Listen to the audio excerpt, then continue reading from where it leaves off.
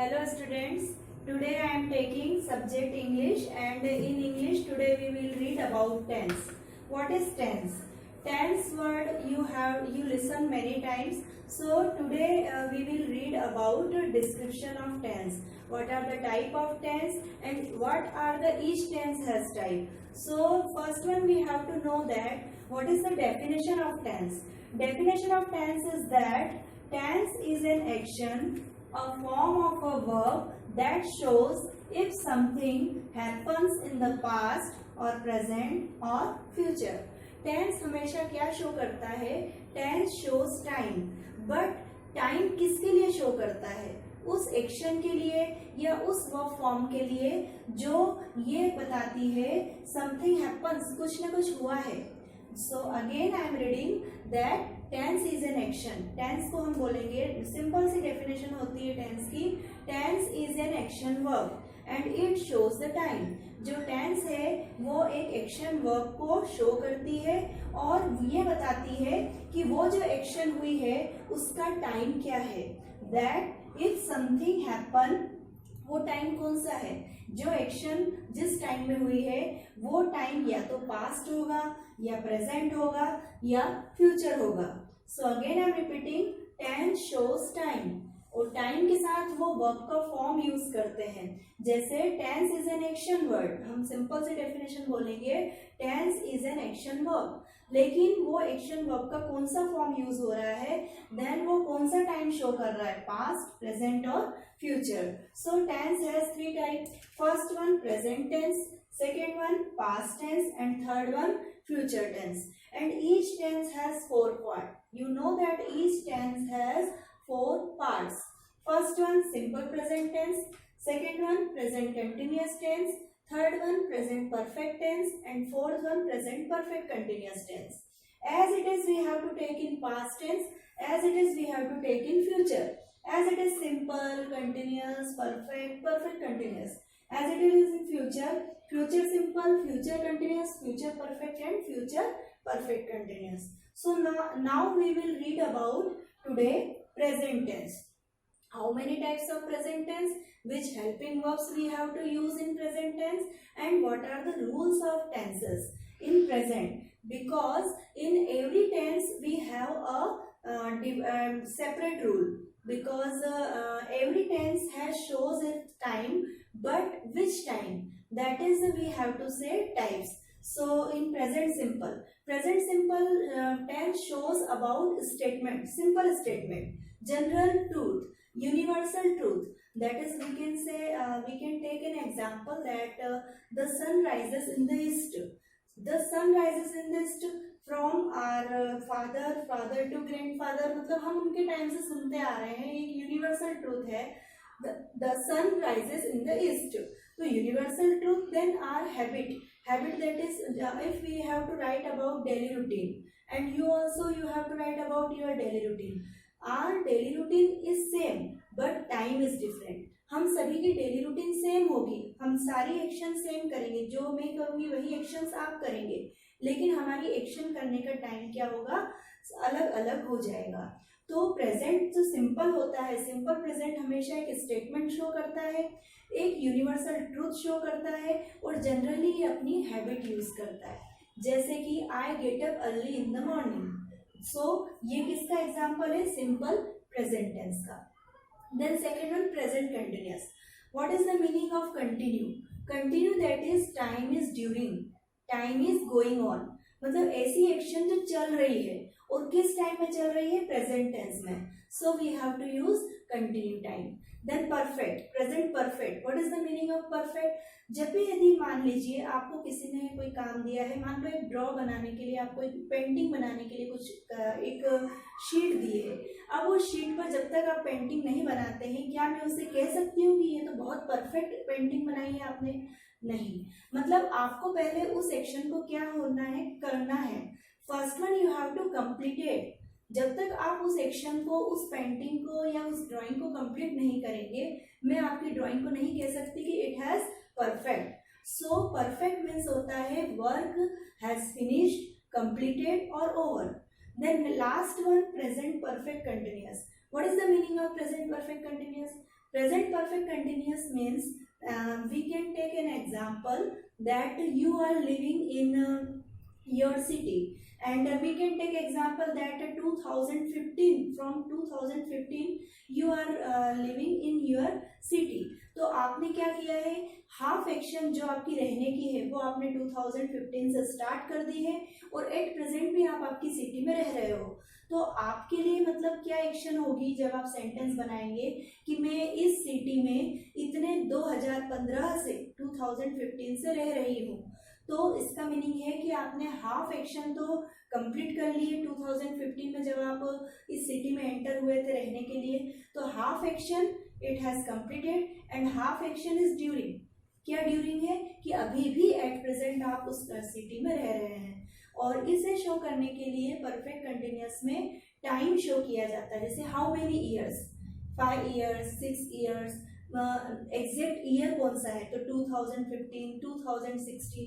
तो इस टाइम को शो करने के लिए सिंस और फॉर यूज किया जाता है।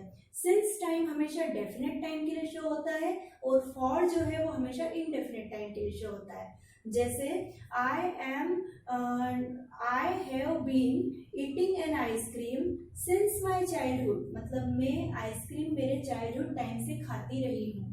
तो कहने का मीनिंग ये है कि यदि ऐसी एक्शन जो आपने हाफ कंप्लीट हो चुकी है और हाफ ड्यूरिंग है तो वो परफेक्ट कंटिन्यूअस के इंटर में आती है। So now we have to read one by one all the tenses. So first one we have to read present tense. How many types of present tense, and what are the rules of tenses, and what are the helping verbs we have to use in tense. So tense में sentence बनाए जाते हैं, और tense जो है वो time show करता है। तो टाइम शो करने के लिए हमने फर्स्ट वन देखा कि क्या क्या यूज होता है उसमें, हेल्पिंग वर्ब, मेन वर्ब, मैंने आपको पूरा क्लियर किया है। अब हम यदि सेंटेंस बनाना स्टार्ट करते हैं अकॉर्डिंग टू टेंस, तो सेंटेंस की definition you know very well, and sentence बनता कैसे है। फर्स्ट वन, सेंटेंस बनाने के लिए सम ग्रुप ऑफ वर्ड्स चाहिए। ग्रुप ऑफ वर्ड्स में फर्स्ट वर्ड होता है सब्जेक्ट, सेकेंड वर्ड होता है वर्ब, एंड थर्ड वन होता है ऑब्जेक्ट। इसी को हम और क्लैरिफाई करें तो सब्जेक्ट जो है वो सिंगुलर और प्लूरल टू टाइप के होते हैं। वर्ब जो है वो हेल्पिंग वर्ब और मेन वर्ब यूज होती है सेंटेंस बनाने में। देन ऑब्जेक्ट ही रहता है। अब जब आप एक्टिव से पैसिव चेंज करेंगे तो उसमें थोड़ा सा रूल चेंज हो जाता है। जैसे कि ये जो ऑब्जेक्ट है take place subject and subject take place object, वो हम पैसिव वॉइस में पढ़ेंगे, but today we are reading about active voice. So active voice में subject there are two type of subject, first one singular, second one plural. Singular subject that is he, she, it और any name जिसको हम singular name या single name बोल सकते हैं। Then plural में I, we, you, they and two name that is Ram and Sita, Ram and Sham. This type of two name is called plural. So first one, whenever we have to make a sentence, first one we have to see that what is subject. Subject is singular or subject is plural. यदि singular subject है तो हमें थोड़ा सा attention होना पड़ेगा जब आप हेल्पिंग वर्ब यूज करेंगे। सिंगुलर सब्जेक्ट के साथ कौन कौन सी हेल्पिंग वर्ब यूज होती है, जैसे प्रेजेंट सिंपल में सिंगुलर सब्जेक्ट के साथ डज यूज होता है। प्रेजेंट कंटिन्यूअस में सिंगुलर सब्जेक्ट के साथ इज यूज होता है। प्रेजेंट परफेक्ट में सिंगुलर सब्जेक्ट के साथ हैज यूज होता है। हैज इट इज जब हम सब्जेक्ट प्लूरल लेते हैं तो प्लूरल के साथ भी आपको थोड़ा सा अलर्ट होकर देखना पड़ेगा कि यदि सब्जेक्ट प्लूरल है तो प्रेजेंट सिंपल में आपको डू लगाना है। यदि सब्जेक्ट प्लूरल है तो प्रेजेंट कंटिन्यूअस में आपका आर यूज होगा। लेकिन यहाँ पर आप जब प्रेजेंट कंटिन्यूअस में आई सब्जेक्ट यूज करेंगे, so you have to remind it that I जो है वो आई के साथ हेल्पिंग वर्ब कभी भी आर यूज नहीं होता है, आई के साथ ओनली एम यूज होता है। तो हेल्पिंग वर्ब को आपको बहुत ही अलर्ट होकर यहाँ यूज करना होगा। ऐसे ही प्रेजेंट परफेक्ट में हैव यूज होगा प्लूरल के साथ। अब आप यहाँ पर क्या सीख चुके हैं, फर्स्ट वन हमने देखा कि सेंटेंस बनाने के लिए हमें 3 वर्ड्स चाहिए, first one subject, second one verb and third one object. Subject आपने देखा सिंगुलर और प्लूरल सब्जेक्ट। देन वर्ब में हमने पढ़ा था helping verb and main verb. Then object जो भी हो, जैसे ऑब्जेक्ट वो होता है जिसके लिए बोला गया है कि सब्जेक्ट एक्चुअली क्या एक्शन कर रहा है। That is called object. इसको हम एक और पार्ट में देख सकते हैं कि सब्जेक्ट प्लस प्रेडिकेट मतलब वर्ब और ऑब्जेक्ट के पार्ट को हम क्या बोलते हैं, predicate. So now we have to start about tense. Which tense we have to start? Serial wise we have to start. First one present tense, second one past tense, and third one future tense. So now we will read about present simple. What is the rule of present simple? In affirmative, in negative, in interrogative plus negative. So now we have to make negative sentence. Negative sentence just इसमें थोड़ा सा कुछ change होता है। मैंने आपको बताया था प्रेजेंट सिंपल के जब भी whenever we have to change simple to negative, affirmative to negative sentence, some hidden verbs कौन सी होती है? Helping verb. सो इसका रूल क्या हो जाएगा? As it is subject you have to write, but इस रूल में जो आपकी हिडन वर्ब्स है जो आपको अफर्मेटिव सेंटेंस में दिखाई नहीं दे रही है वो यहाँ पर आपको दिखाई देगी डू और डज। मतलब अब आपको नेगेटिव में ये रिमाइंड में मतलब माइंड में रखना पड़ेगा आपको कि जब भी आप प्रेजेंट सिंपल के सेंटेंस बना रहे हैं, अफर्मेटिव से नेगेटिव चेंज कर रहे हैं या डायरेक्ट नेगेटिव सेंटेंस बना रहे हैं, तो आपको सब्जेक्ट के अकॉर्डिंग हेल्पिंग वर्ब यूज करना है। और हेल्पिंग वर्ब यहाँ पर अफर्मेटिव में सेंटेंस में नहीं दिखाई देती है, ये हिडन वर्ब होती है। ये हिडन वर्ब कौन सी होती है? डू और डज। इसका एक और रूल मैंने आपको बताया था चार्ट में, हेल्पिंग वर्ब के चार्ट में, कि जो डज है वो सिंगुलर सब्जेक्ट के साथ यूज होता है और जो डू है वो प्लूरल सब्जेक्ट के साथ। सो again I am repeating this rule, subject plus do does plus not plus verb first plus object. मतलब अब आपका क्या होगा? सिंपल से नेगेटिव चेंज होगा, लेकिन इसमें ये पूरा रूल फॉलो होगा। देन थर्ड है interrogative. Interrogative just you know that जब भी हम इंटेरोगेटिव बनाते हैं तो जो सब्जेक्ट है वो सेकंड प्लेस ले लेता है और जो हेल्पिंग वर्ब है वो फ्रंट में आ जाती है। यहाँ पर हिडन हेल्पिंग वर्ब कौन सी है आपकी? डू और डज। तो do does plus subject plus verb first plus object. इसका मैं आपको सेंटेंस के तरीके से बनाती हूँ, जैसे she study in class 7th और वी कैन से 8th, जो भी आप जिस क्लास में हैं। यहाँ we can take simple example, जैसे ही राइट्स अ लेटर। ये क्या है? सिंपल सेंटेंस है। ही सब्जेक्ट, राइट वर्ब फर्स्ट है। अब मैंने उसमें एस क्यों लगाया? क्यों? क्योंकि सब्जेक्ट सिंगुलर है तो आपको S E S I S use करना है। तो ही राइट्स, ऑब्जेक्ट क्या है आपका? A letter. अब इसी को हम जब नेगेटिव में चेंज करेंगे तो हमें सब्जेक्ट को माइंड में रखना है कि सब्जेक्ट आपका क्या है? ही क्या है? सिंगुलर है। सो यहाँ पर आप डू यूज करेंगे या डज? तो आपको याद है कि हमें सिंगुलर सब्जेक्ट के साथ डज यूज करना है। तो he does not write a letter. ठीक है। अब आप इसको जब इंटेरोगेटिव बनाएंगे तो किस तरह से बनाएंगे? हेल्पिंग वर्ब जस्ट फ्रंट पर आ जाती है, देन उसके बाद सब्जेक्ट। तो डू और डज, फर्स्ट वर्ड कैपिटल हो जाएगा, डू और does plus subject plus verb first plus object और लास्ट में क्वेश्चन मार्क। सो मैं इसको पूरा एक सेंटेंस लेकर बताती हूँ। He studies in class 7th और we can take other example. I, जैसे आप यदि सिंगुलर ही ले रहे हैं तो he writes a letter, he does not write a letter, does he write a letter. इसी में अब हम प्लूरल ले लेते हैं, आई डू माई वर्क। अब यहाँ पर एस एस आई एस क्यों नहीं लगाया? क्योंकि सब्जेक्ट क्या है? आई। इसी का negative, I do not my work. Then third one, do I do my work. ये हो गया आपका interrogative. So now we have to practice on some this sentence. The rule you know very well, क्या rule होता है इसका? Present simple का subject plus verb first plus S E S I S, लेकिन किसके साथ? सिंगुलर सब्जेक्ट के साथ, देन ऑब्जेक्ट। और ये डू और डज क्या है? इसकी हिडन वर्ब है। तो whenever we have to make sentence of present simple tense, first one we have to take subject, second one verb first। फिर हमको इस बात को मतलब माइंड में सेट करना होगा कि यदि सब्जेक्ट सिंगुलर है so we have to use S E S I S. So write के साथ हमने यहाँ पर क्या यूज किया है? एस, और ऑब्जेक्ट तो एज इट इज रहेगा।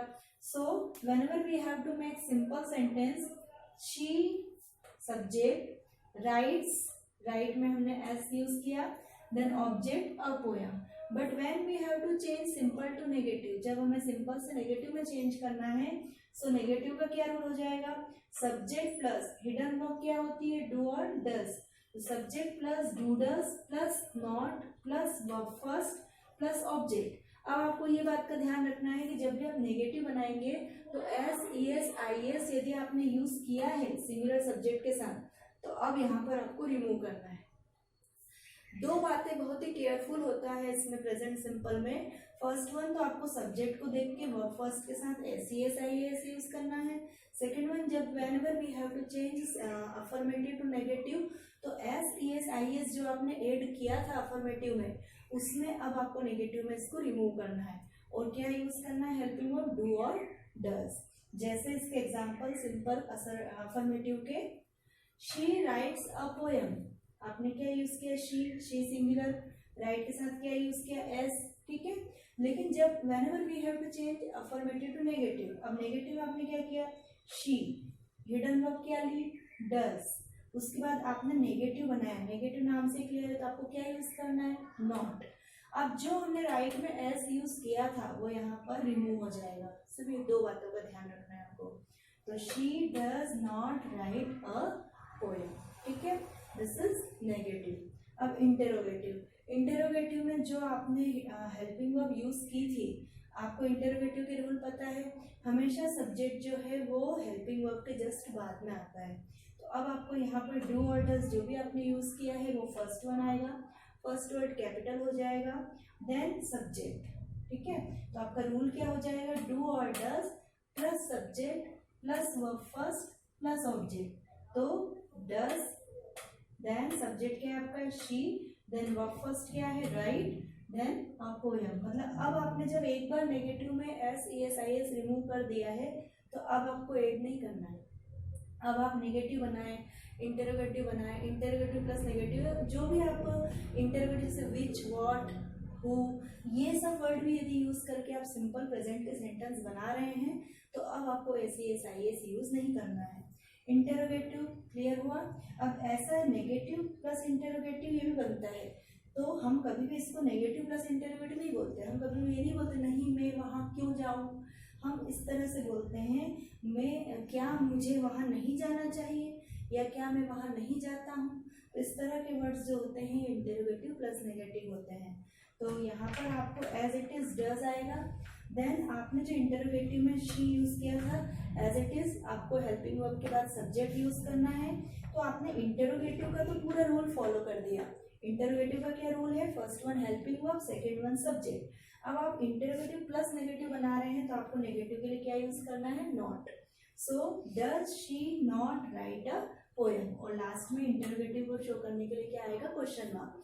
एज इट इज ऐसे आप प्लूरल में भी बना रहे हैं, तो I do my work, I don't my work, do I my work, do I not do my work, है ना।